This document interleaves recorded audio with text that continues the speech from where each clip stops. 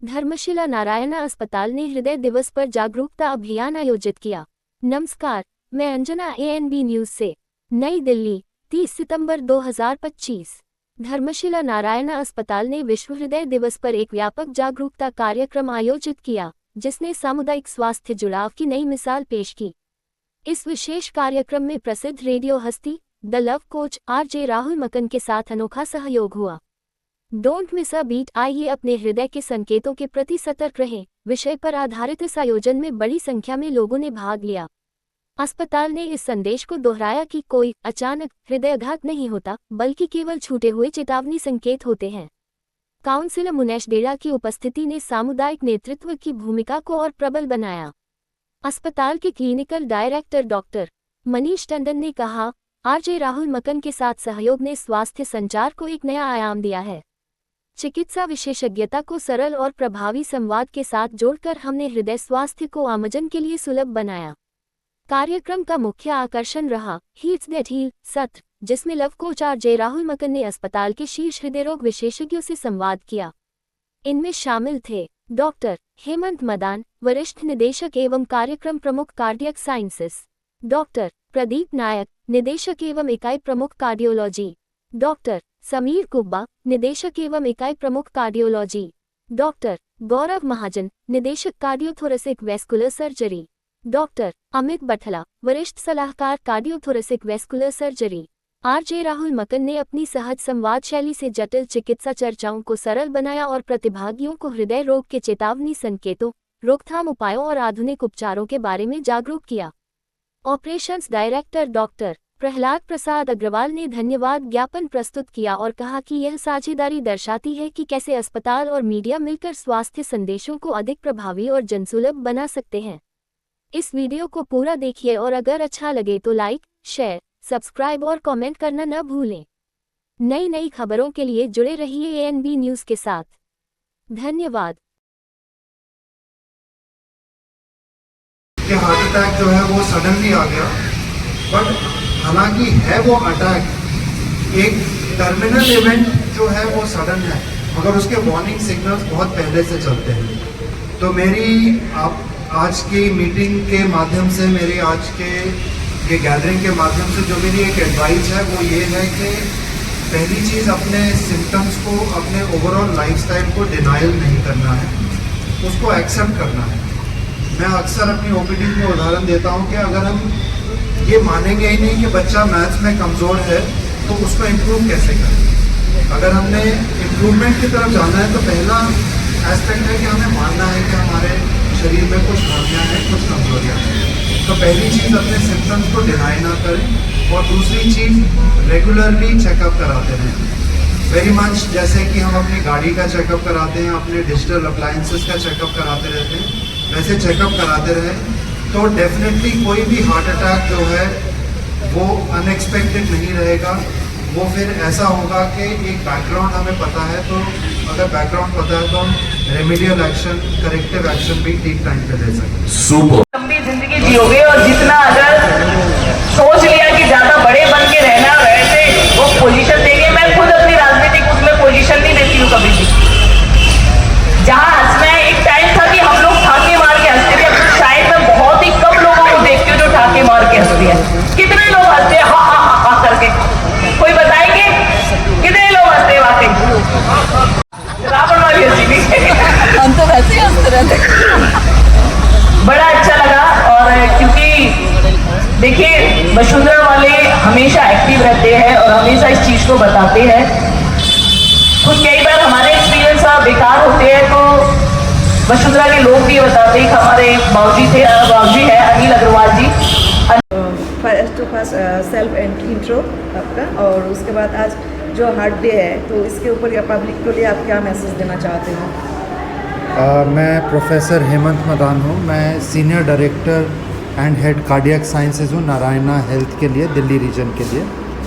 और मेरा जो एकमात्र मैसेज जो रहेगा सारे अपने आपके थ्रू सारे दर्शकों के लिए, वो ये रहेगा कि अपने सेहत का ख्याल रखने के लिए, अपने हार्ट की सेहत का ख्याल रखने के लिए कभी भी अपनी बीमारी को डिनाई ना करें अपने रिस्क फैक्टर्स को आइडेंटिफाई करें और फ्रीक्वेंटली चेकअप कराते रहें, तभी हम एक किस्म से हार्ट अटैक से सरप्राइज़ होने से बच पाएंगे। तो आजकल के जो बच्चे हैं 25 से 40 के बीच में हैं, उनको अगर ये हार्ट अटैक होता है तो एक तो इसका रीज़न क्या है, सेकेंडली इनको बचने के उपाय क्या हैं? जो हार्ट अटैक इन बच्चों को होता है, हम देखते हैं अक्सर ये बच्चे जो यंग होते हैं इनमें कोई कन्वेंशनल रिस्क फैक्टर्स भी नहीं होते, ना ये बहुत डायबिटिक होते हैं, ना ब्लड प्रेशर बढ़ा होता है, तो भी इनको हार्ट अटैक हो जाता है। तो बहुत सारे हमारी सोसाइटी में बहुत सारे इमेजरेबल रिस्क फैक्टर्स हैं जिनको हम नाप ही नहीं सकते। जैसे स्ट्रेस है, स्ट्रेस को आप कैसे नापेंगे? लैक ऑफ स्लीप है, इरेगुलर स्लीप है, इसको हम कैसे नापेंगे? सडन एक्सरसाइज का शौक़ है, 25-30 साल तक हमने कभी एक्सरसाइज करी नहीं, 30 साल में आके सडनली जॉब सेटल हो गई, फैमिली सेटल हो गई, अब हम सडनली सोचते हैं कि हम मैराथन दौड़ना शुरू कर दें, तो ये एक बहुत बड़ा रिस्क फैक्टर है। तो predominantly lack of sleep, stress and sudden exercise, ये जो रिस्क फैक्टर्स हैं इनसे हमें बचना चाहिए। बचाव का केवल एक ही तरीका है, आपकी कोई भी मशीन हो, कोई भी गाड़ी हो, अगर उसको चाहते हैं कि ब्रेकडाउन से ना बचे, आप लॉन्ग डिस्टेंस पे जाते हैं तो क्या करते हैं? गाड़ी को उसका पेट्रोल चेक करते हैं, इंजन ऑयल चेक करते हैं, हवा टायर में हवा चेक करते हैं। सेम चीज़ हार्ट की है कि अगर हम बचना चाहते हैं तो एक ही उपाय है, फ्रीक्वेंट चेकअप्स। सर ये तो अडल्ट की बात हो गई, बट अभी जो एक केस सुनने में आया था, 6 साल की बच्ची को अटैक आया और 12 साल की बच्ची को भी कार्डियक अरेस्ट हुआ था, तो ये छोटे बच्चों में इस तरह की प्रॉब्लम्स क्यों हुई? छोटे बच्चों में देखो, दो अलग अलग चीज़ें हम बात कर रहे हैं। एक तो है कि छोटे बच्चों की या जो बच्चों की हार्ट की बीमारी है वो थोड़ी अलग होती है, उसको हमारी लैंग्वेज में कंजेनाइटल हार्ट डिजीज़ कहते हैं, जो कि पैदाइशी बच्चों में हार्ट की बीमारी होती है। इसमें भी सडन डेथ हो सकती है, मगर इसको हमारी लैंग्वेज में हार्ट अटैक नहीं मानते। दूसरा होता है कुछ बच्चों में पैदाइशी कोलेस्ट्रॉल की एबनॉर्मेलिटी होती है, जिसको फेमिलियल हाइपर कोलेस्ट्रॉलीमिया कहते हैं। इन बच्चों में 6-8 साल के अंदर ही हार्ट की नसों में जमावट आनी शुरू हो जाती है, जिसकी वजह से प्रीमेच्योर हार्ट अटैक्स आ सकते हैं। और ये प्रीमेच्योर हार्ट अटैक्स जो है ये इसी उम्र में भी हो सकते हैं, 8 से 10 साल के बीच में। इसी उम्र में फेमिलियल हाइपर कोलेस्ट्रॉलीमिया में हार्ट अटैक्स हो सकते हैं, जो कि एक जेनेटिक बीमारी है। सर इसका कोई प्रिवेंशन नहीं है? आई मीन उनका भी हार्ट देखना मतलब उनके चेकअप भी होने चाहिए ना? उनके चेकअप भी होने चाहिए। अगर फेमिलियल हाइपर कोलेस्ट्रॉलीमिया है तो अक्सर परिवार में दोनों पेरेंट्स के कोलेस्ट्रॉल बढ़ा होता है, उसी की वजह से बच्चे में भी वो जीन्स ट्रांसमिट होते हैं, जिसकी वजह से एक किस्म से हार्ट अटैक होते हैं। जहाँ तक बात रही कंजेनाइटल हार्ट डिजीज़ की, तो आजकल के जो प्रेगनेंसी के दौरान हम लेवल 2 लेवल 3 स्कैन्स करते हैं, उसमें बहुत आसानी से ये बच्चों की बीमारियाँ पकड़ी जाती हैं। सर पोल्यूशन भी एक कारण हो सकता है, तो बिल्कुल। उससे कैसे प्रिवेंट करें? उससे प्रिवेंट यही कर सकते हैं कि खासकर विंटर के महीनों में, सर्दियों के महीनों में हाई पोल्यूशन टाइमिंग में अपना एक्सपोजर कम रखें। मैं अक्सर ओपीडी में अपने पेशेंट्स को कहता हूं कि हमारी एक विचारधारा है कि हमें सुबह 4, साढ़े 4, 5 बजे वॉक के लिए जाना चाहिए।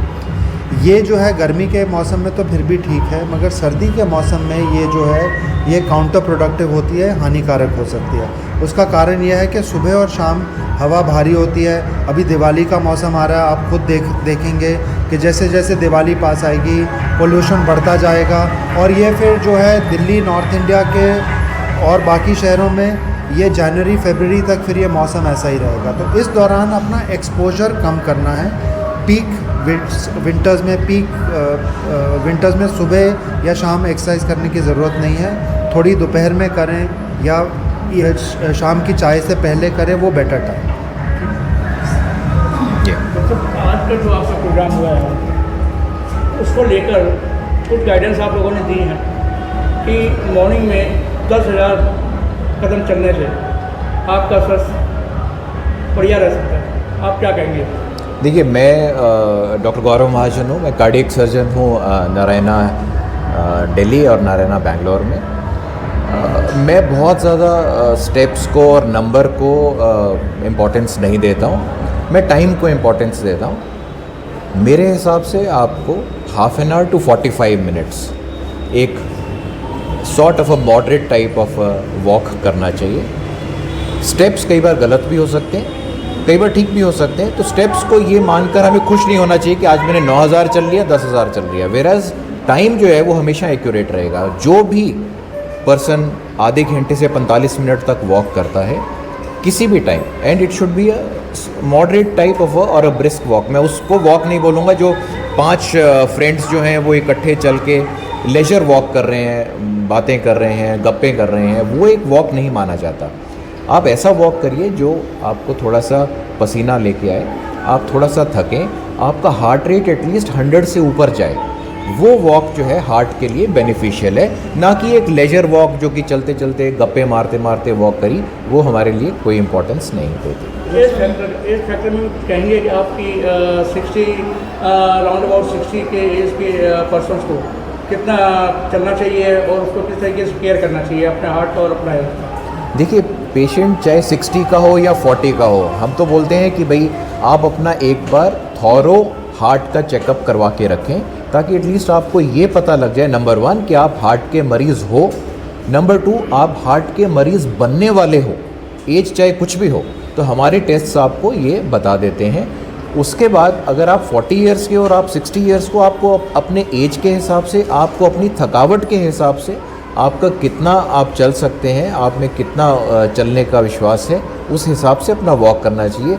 अननेसेसरली अपने आप को थकाने की ज़रूरत नहीं है। और अगर आप ऐसी चीज़ कर रहे हैं जिससे आप थक रहे हो और पहले आप नहीं थकते थे, तो आपको एक डॉक्टर को ज़रूर कंसल्ट करना चाहिए। खान-पान और डाइट पर भी बता दीजिए। देखिए, डाइट तो हमेशा हम बोलेंगे कि आजकल के जो बच्चे हैं वो पौष्टिक डाइट नहीं ले रहे हैं, क्योंकि उनमें स्ट्रेस इतना है, चाहे वो स्टडी का स्ट्रेस हो, चाहे वो फैमिली का स्ट्रेस हो, रिलेशंस का स्ट्रेस हो। बाहर की जो डाइट है, बनी बनाई जो खाना है, फास्ट फूड्स हैं, उन पे ज़्यादा वो विश्वास करते हैं, क्योंकि वो जल्दी अवेलेबल हैं, बनाने की ज़रूरत नहीं है। पेरेंट्स भी बहुत ज़्यादा बच्चों को एनकरेज नहीं कर रहे हैं कि आप सीखिए बनाना, आप घर का खाना खाइए। तो हमेशा अगर आप घर का खाना खाएंगे जिसमें आपका सब कुछ इंक्लूड रहेगा, इवन फ्रूट्स भी रहेंगे, वो एक अच्छा खाना माना जाता है। इसके अलावा अगर कोई लोग ये बोलते हैं कि साहब हम मल्टीविटामिन्स ले लें या प्रोटीन्स ले लें, ये बहुत ज़्यादा फ़ायदेमंद नहीं है। घर का पौष्टिक आहार जो है, जिसमें आपका कैलोरीज अच्छे हों, आपके प्रोटीन्स अच्छे हों, वही एक अच्छा खाना माना जाता है। सर, बीपी या शुगर के पेशेंट को हार्ट डिजीज से बचने के लिए क्या एहतियात बरतनी चाहिए? देखिए, बहुत पहले यही माना जाता था कि ब्लड प्रेशर और शुगर एक बहुत बड़े रिस्क फैक्टर्स हैं हार्ट डिजीज़ को होने में। तो उनका बचने का एक ही तरीका है कि रेगुलर चेकअप्स कराएं। और मैं हर पेशेंट को एडवाइस करता हूं जिसको ब्लड प्रेशर है, शुगर है, कि अपने घर में ये 2 इंस्ट्रूमेंट ज़रूर रखिए, एक ब्लड प्रेशर नापने का मशीन इलेक्ट्रॉनिक और एक शुगर नापने का मशीन। आपको इन चीज़ों के लिए डॉक्टर्स के पास जाने का ज़रूरत नहीं है। एटलीस्ट कुछ लोग आके बोलते हैं साहब उसमें गलत आ रहा है, गलत आए या ठीक आए, आप डेली अपना ब्लड प्रेशर सुबह एक बार देखिए, कभी तो ठीक आएगा। ऐसा तो नहीं है कि हमेशा मशीन्स गलत आती हैं, तो कभी तो ठीक आएगा। एटलीस्ट हम ये जान सकते हैं कि हमारा ब्लड प्रेशर 140 अबव चल रहा है या 90 अबव चल रहा है। तो रेगुलर चेकअप्स, रेगुलर मेडिसिन जो आप खा रहे हैं और उसके बाद रेगुलर डॉक्टर्स के पास विजिट्स हैं, वही आपको शुगर और ब्लड प्रेशर से बचा सकते हैं। सर, आजकल वेरेबल्स आते हैं टेक्नोलॉजी को लेकर, तो मेरा क्वेश्चन यही है कि जो वेरेबल्स है वो हार्ट को किस तरह से मॉनिटर करते हैं और उसका क्या रोल है हमारे हार्ट, हेल्थी हार्ट के लिए? देखिए, वेरिएबल्स डेफिनेटली, क्योंकि टेक्नोलॉजी बढ़ रहा है तो वेरिएबल्स भी आएंगे और वो मॉनिटर भी अच्छी चीज़ें हैं, जैसे वॉचेस ही आ रहे हैं वो मॉनिटर करती हैं। बट फिर भी डॉक्टर के पास जाना, अगर आपकी फैमिली में कोई भी रिस्क फैक्टर है, आपके मदर फादर को अगर हार्ट की बीमारी थी या आपके ग्रैंड पेरेंट्स को थी, तो प्लीज़ आप अपनी once you are above 25-35 years of age, आप अपना हार्ट का चेकअप ज़रूर कराएं। पूरा वेरिएबल्स पे डिपेंडेंट नहीं रहें, अदरवाइज़ तो सब जने ही डॉक्टर बन जाएंगे। जैसे सर ने बोला, फेसबुक है, गूगल है, इंस्टाग्राम है, यूट्यूब है, ये सब लोग आपको ज्ञान देते हैं, बट कोशिश कीजिए कि वो ज्ञान लीजिए जिससे हमें नुकसान ना हो। अब फॉर एग्जांपल मैं एक छोटा सा एग्जांपल देता हूँ। अगर आपको कोई आयुर्वेद दवाई दे रहा है और उसके आपको कंटेंट्स पता हैं तो आप ज़रूर खा सकते हैं, बट अगर आपको कोई पाउडर बना के दे रहा है और वो पुड़िया के फॉर्म में दे रहा है, आपको यही नहीं पता कि उसके अंदर है क्या, तो वो आप कभी मत लीजिए, क्योंकि देखा गया है कि इनके अंदर हैवी मेटल्स होते हैं और वो आपका प्रॉब्ली हार्ट को शायद अच्छा करें बट आपकी किडनीज़ को डैमेज कर सकते हैं और फाइनली आपका किडनी फेलियर हो सकता है। तो कोई भी ऐसी चीज़ मत लीजिए जिसकी ऑथेंटिसिटी नहीं हो, जो रिप्रोड्यूसेबल नहीं हो, जिसके बारे हमें कुछ पता ना हो। थैंक्स। सर आज के प्रोग्राम के लिए थोड़ा सा बताइए, और आज के जो ये प्रोग्राम है उसका थीम क्या है? आपका सेल्फ इंट्रो देते हुए। मैं डॉक्टर समीर कुब्बा हूँ, director unit head cardiology Dharamshila Narayana super speciality hospital. तो वर्ल्ड हार्ट डे है आज, और आपको पता है कि 24 घंटे हमारा दिल काम करता रहता और सारी ज़िंदगी भर काम करता रहता है। तो इसको कैसे हेल्दी रखें और क्या क्या चीज़ों का हम पालन करें अपनी डाइट में, अपने लाइफस्टाइल में, अपने रूटीन एक्टिविटीज़ के अंदर, इसके ऊपर डिस्कशन हुआ है आज। और हमारी तरफ से कुछ एजुकेशनल टिप्स दी गई हैं, कुछ मिथ्स को बस्ट किया गया है, हमारे पेशेंट्स के एक्सपीरियंसेस शेयर किए गए हैं। और जो इम्पॉर्टेंट आस्पेक्ट है कि हमें अपने प्रिवेंटिव हेल्थ चेकअप्स ज़रूर करवाने चाहिए। हमें ये नहीं सोचना चाहिए कि हमें प्रॉब्लम नहीं हो सकती, नहीं है, बहुत अच्छी बात है, चेकअप्स ठीक आ रहे हैं, बहुत अच्छी बात है। बट इंडिया में सबसे ज़्यादा हार्ट की प्रॉब्लम होती है। इंडिया के जो पेशेंट्स होते हैं वेस्टर्नर्स के मुकाबले 10 से 20 साल यंगर होते हैं, डिजीज़ ज़्यादा होती है। Bread winners of the family जो यंग लोग हैं उनको हार्ट की प्रॉब्लम है।